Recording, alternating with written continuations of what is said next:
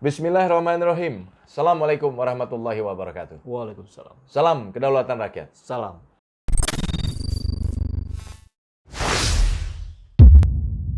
Sahabat, Kang Ipul, saya tuh di era sekarang ini banyak melihat ada menteri yang fungsinya di luar fungsi utamanya. Ya. Ada pejabat yang mengerjakan pekerjaan yang bukan pekerjaannya.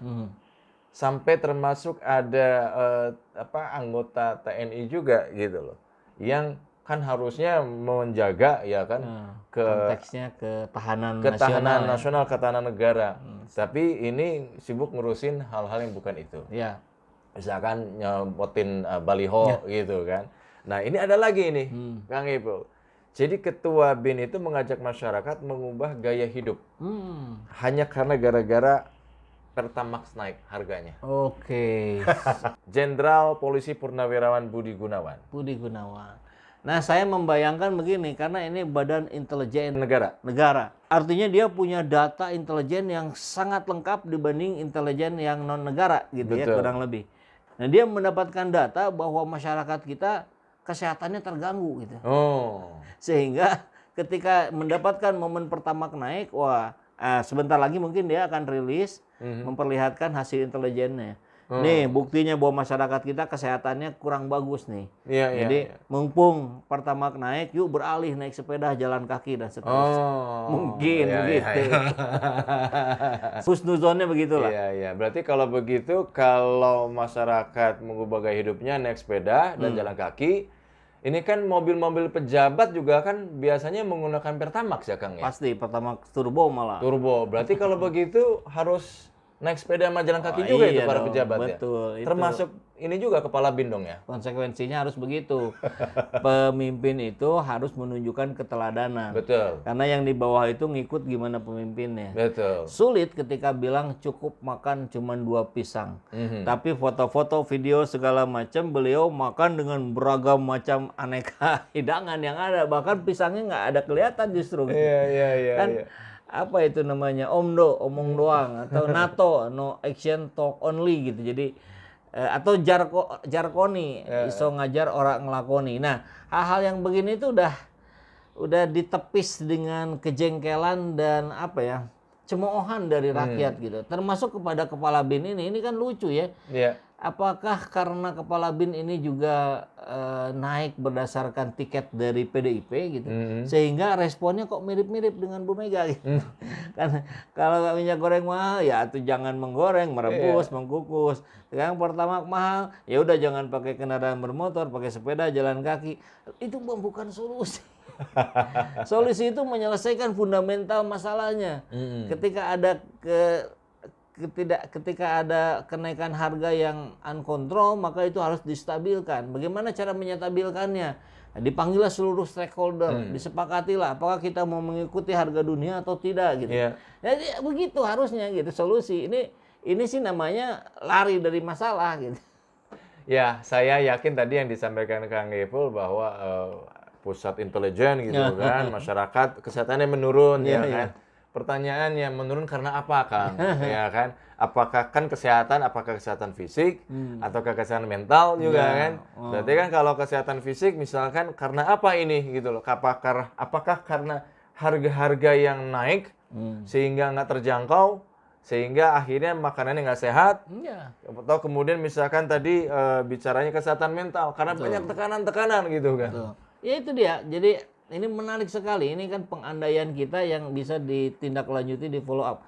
Kan data intelijen itu juga tidak melulu harus terkait dengan kerahasiaan. Kalau kan intelijen itu artinya dia bisa menangkap informasi yang tidak nampak di permukaan. Nah mungkin kan bisa aja bekerja sama dengan bagian Menteri Kesehatan, misalkan Menteri Kesejahteraan dan seterusnya. Tapi BIN yang ada di garda terdepan karena bisa tahu data lebih awal.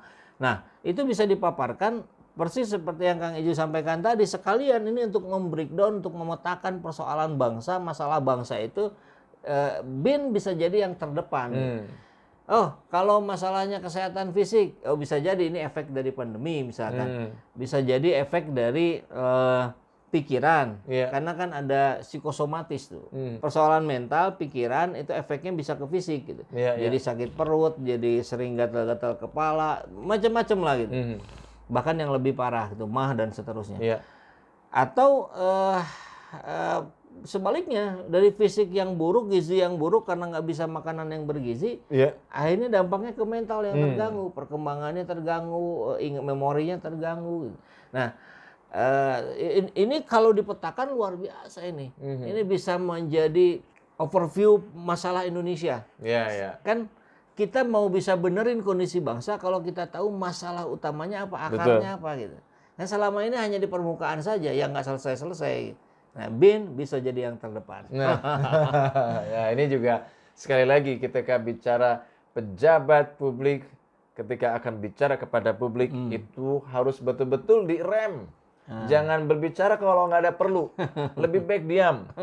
Jangan sampai sekali ngomong malah akhirnya dibully sama netizen gitu kan, karena pernyataan-pernyataannya yang nggak bijak gitu loh kan. Tadi misalkan Kang Ipul menyampaikan bahwa ya kan kepala BIN ya mengubah gaya hidupnya kan, memanfaatkan sepeda atau jalan kaki untuk menggantikan alat transportasi menggunakan BBM gitu kan. Lah terus apakah itu menjadi solusi gitu kan? Iya, solusi jangka pendek yang tidak menyelesaikan masalah. Iya, iya. Artinya ketika hari ini kita mau ke kantor nggak punya uang untuk beli Pertamax, akhirnya pakai sepeda, itu selesai. Iya. Tapi besok lusa bagaimana, kan akan banyak masalah-masalah lain yang muncul. Sepeda juga artinya kita menjadi lebih capek, makan jadi lebih banyak. Iya. Nah, jadi intinya beginilah.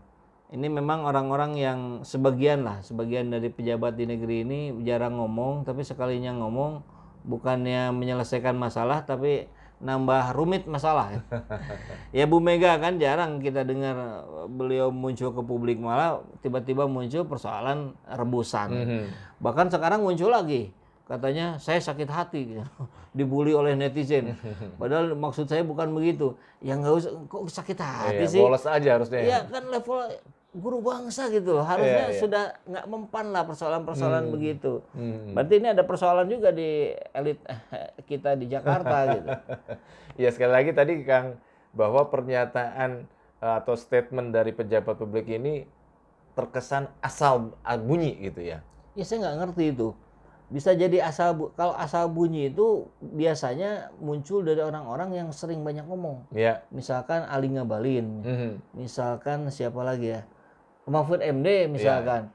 Itu kan tipe-tipe orang yang apa ya, yang kalau orang Sunda bilang tuh poktorolong, spontan. Dia sering mengemukakan pendapat secara spontan. Nah, sehingga kita tahu Pak Mahfud dan Pak Ngabalin beberapa kali keseleo lidah atau salah ucap atau sebagainya. Itu wajar gitu karena dari banyak ngomong. Ya. Nah, ini mah udah jarang ngomong. Harusnya kan yang jarang ngomong tuh sekalinya ngomong berbobot gitu. Karena pejabat. Betul. Ini mah malah bikin polemik. Kan jadi gimana ini gitu. Ini loh kualitas para penguasa di negeri kita hari ini. Ini harus kita betul-betul ingat, jangan sampai terulang ke depan. Ini kalau saya sempat membaca, menurut Kepala BIN, Pak Budi Gunawan itu langkah yang dianjurkan oleh Budi Gunawan ini merupakan solusi paling substantif. Saya garis bawahi ya Kang, solusi paling substantif bagi masyarakat dalam menghadapi kondisi ekonomi sekarang ini. Maksudnya substantif itu adalah mengadaptasi gaya hidup Kang. Gaya hidup dengan kemampuan real masing-masing, gitu loh. Nah, mungkin itu yang dimaksudkan, gitu loh. Tapi apakah ini betul-betul substantif? Tidak. Untuk ukuran sebagai seorang kepala BIN. Gitu. Ya sayang sekali ya posisi sebagai kepala BIN, tapi kualitas bicaranya tidak menunjukkan level itu gitu. Harusnya kan kalau kepala BIN, ini kita ngobrol gini aja, beliau tahu nih. Mereka bisa, oh ini di SJ Channel ada diskusi ngomongin saya, orang intelijen gitu ya. Tapi oke lah, terlepas dari itu artinya begini, hal yang substansif yang dimaksud oleh beliau itu tidak bisa dalam satu kali ajakan, apalagi bukan berbentuk peraturan, bukan berbentuk undang-undang, itu tiba-tiba langsung berubah Nggak bisa, nggak mungkin. Gaya hidup itu sebuah budaya. Dan itu akan terbentuk dalam barangkali rentang belasan sampai puluhan tahun, itu pun kalau diseriuskan. Nah, ada memang budaya yang bisa berubah dengan cepat, tapi itu harus sesuatu yang luar biasa, fenomenal. Apa itu? Contoh, pandemi. Nah, sekarang berubah drastis. Dalam 2-3 tahun kita memiliki budaya baru, cuci tangan, pakai masker, menjaga jarak, dan seterusnya. Harus ada dulu yang itunya gitu. Kalau sekarang tiba-tiba motor, mobil ganti jadi sepeda, ya nggak mungkin.